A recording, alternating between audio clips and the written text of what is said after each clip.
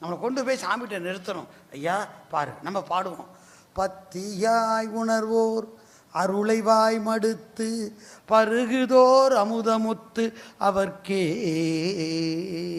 இந்த பாட்டுடைய பலன் அவரை போய் சேரும். அவர் தான் ஆச்சிட்டு வந்து நிறுத்தினார்.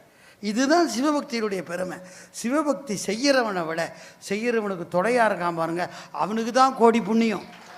இப்போ நான் தெளிவாக சொல்லிடுறேன், பேசின எனக்கு புண்ணியம் கிடையாது, அத்தனையும் ரவிக்குமாருக்கு போகும். ஏன்னா அவர் தானே ஏற்பாடு பண்ணுறார். இந்த மண்டபத்தை கஷ்டப்பட்டு பிடிச்சி இதுக்கு ஒரு வாடகை கொடுத்து செலவுகளை ஏற்றுக்கிட்டு திருவுமுதை பண்ணி கொஞ்சம் யோசிச்சு பண்ணி இதெல்லாம் ஏற்பாடு பண்ணி எத்தனை நாள் தூங்காமல் அலைஞ்சாரோ தெரியாது. இப்போ ஒன்று உறுதியாக சொல்லலாம், காரைக்கால் அம்மாவுடைய அருட்கடாட்சம் அவருக்கு முழுமையாகும். இதுதான் சைவம். சைவம் அப்படி தான் இருக்குது. செய்கிறவனை விட செய்கிறவனுக்கு துணையாக இருக்கும்.